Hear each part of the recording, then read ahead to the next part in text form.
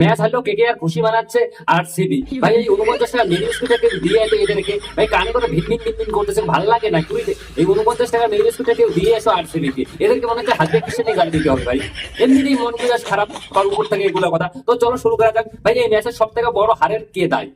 এই ম্যাচের সব থেকে বড় হারের কে দায়ী আমি যদি বলি, সেটা হচ্ছে সব থেকে বড় দায়ী হচ্ছে আমাদের 24 কোটি টাকার প্লেয়ার ভেঙ্কটেশ আইয়ার। ভাই ভেঙ্কটেশ আইয়ার ভাই আমরা যদি দেখি 200 রান শেষ করতে, সেখানে 19 বল খেলে শুধুমাত্র 14 রান করে 24 কোটি টাকার প্লেয়ার। আরে ভাই রিঙ্কু সিংহ কম না, রিঙ্কু সিং 14 বল খেলে 17 রান করে। রাসেল রাসেল রমনদীপ মানে আমাদের 10 নম্বর অব্দি ব্যাটিং ভাই, এরা ঘাট ছিলার জন্য আছে।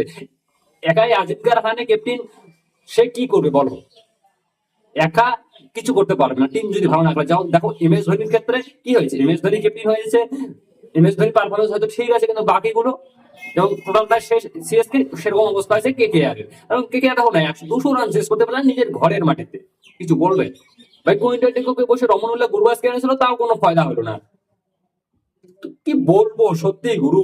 আর আরসিবি ফ্যানদেরকে আমি একটা কথা ভালো করে বলতে চাচ্ছি যে ভাই তোমাদেরকে মনে হচ্ছে হাজিরা খ্রিস্টান নিয়ে গালি দিতে হবে, তার কারণ তাছাড়া তোমরা এমনিতে শুধরাবে না। কে কে আর ম্যাচ হারলে যেন ওদের বেশি হয়ে যায় কেন? 49 টাকা তোদের মনে হারিয়ে গিয়েছে।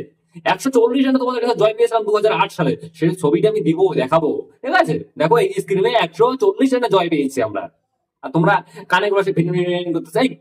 আবারও বলতেছি আমি,